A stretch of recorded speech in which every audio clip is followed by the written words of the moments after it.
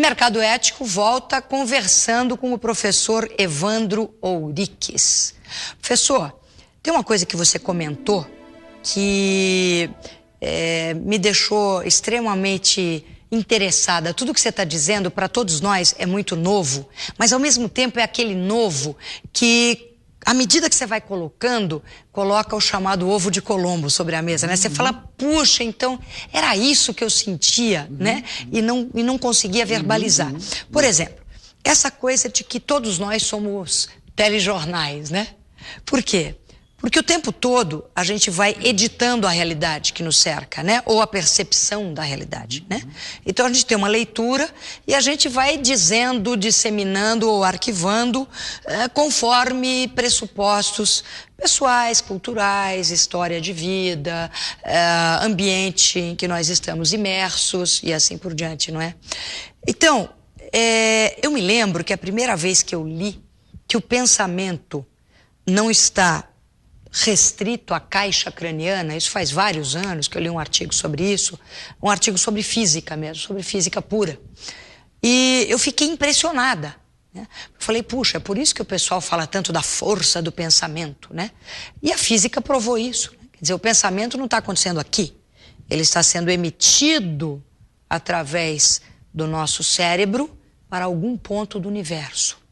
Então, quando você diz tudo o que está acontecendo está sendo gerado, produzido pelo conjunto de todos nós, do que nós pensamos, do que nós acreditamos e, obviamente, do que fazemos, eu fico imaginando como é que é essa grande mente que hoje está em processo de transformação, né? Ela deve ser um grande... Quer dizer, a mente hoje... que nós reproduzimos, né? Aquela que vem aqui por detrás, né? Da fala, da voz, da atuação.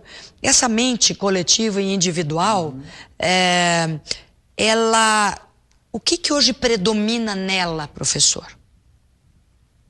Bom, predomina a máquina de fazer dois.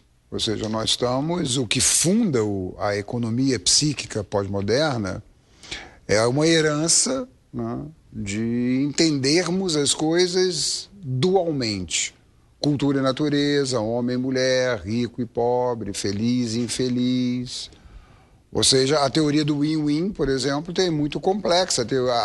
A ideia do ganha-ganha, por exemplo, tão defendido pela Hazel Anderson, né? Isso.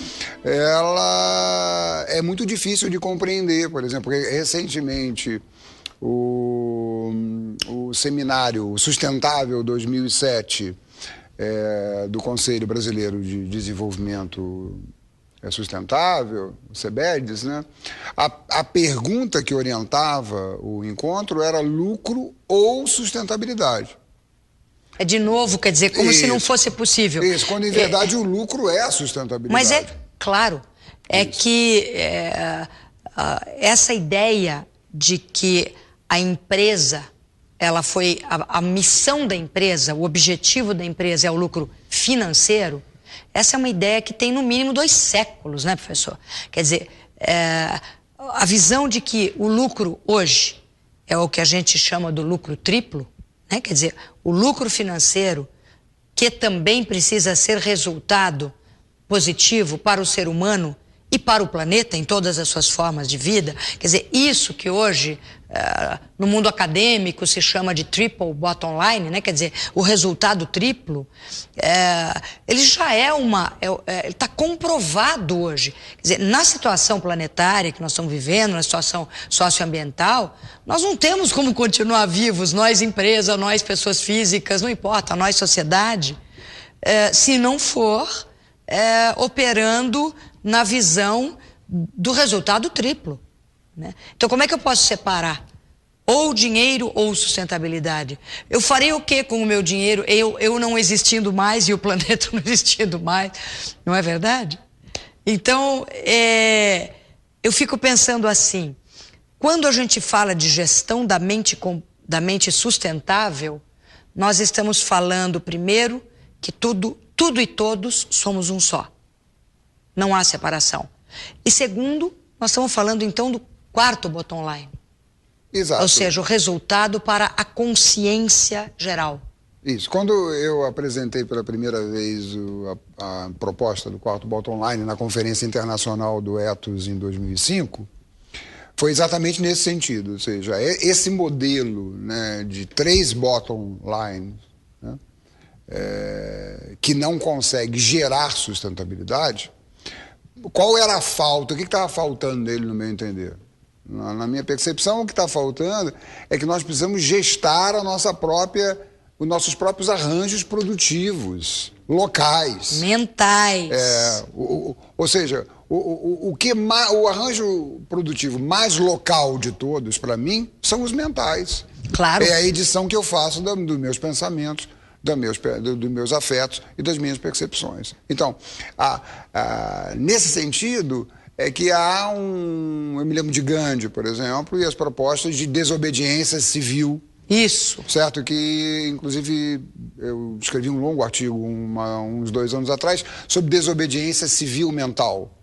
Ou seja, como é que nós podemos utilizar a força de sermos compradores no mercado, que eu prefiro comprador do que consumidor, porque consumidor é aquele que devora e que saqueia até o fim, mas nós podemos usar o nosso voto como compradores para parar de comprar certas coisas. Claro. Porque decidimos mudar. Claro. É claro que isso vai num determinado limite, e a minha atitude é totalmente pragmática. Eu, inclusive, entendo que o capitalismo é que é idealista. Por que o capitalismo é idealista? Porque o capitalismo, na verdade, não gosta da matéria. Porque se o capitalismo gostasse da matéria... Como assim, professor? Não entendi isso. Se o capitalismo gostasse da matéria, ele gostaria das pessoas, ele gostaria da natureza, ele gostaria dos recursos naturais. Então ele gosta de quê? Ele gosta exatamente de uma instância ideal, que é o controle sobre os outros. É o reconhecimento pelos outros. Ou seja, a parcela capitalista que todos nós temos, porque para mim não existe o capitalismo, para mim existem os estados mentais capitalistas em rede. Em rede, em todos nós, evidente. Um afirmando o outro, um dizendo para o outro, olha, não faça isso, Cristina, porque você está sendo boba, essa vida não funciona assim. Claro. Um controla o outro e vai empurrando para aquele mesmo lugar e coloca a culpa em algo que é externo, né?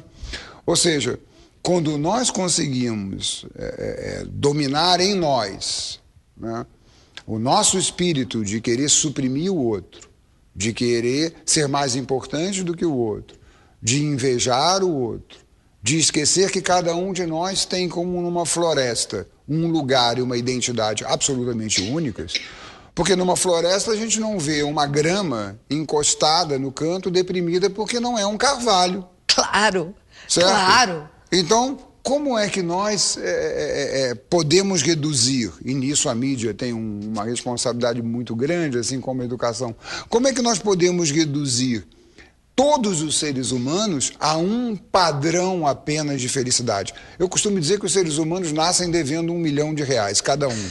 O que eu quero dizer com isso? Eu quero dizer com isso que a pessoa vai comprar um apartamento razoável, vai mobiliar o apartamento razoável, vai ter um carro, vai ter... tudo que já falta.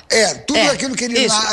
Já nasce faltando isso. Já nasce devendo. Isso. Correto? Porque está perseguindo um padrão. Se ele não persegue esse padrão, ele é uma pessoa livre e ele não é uma pessoa necessariamente capturada e reprodutora disso que ele diz que é o mal externo. A gente volta já. Que maravilha de aula. Até já.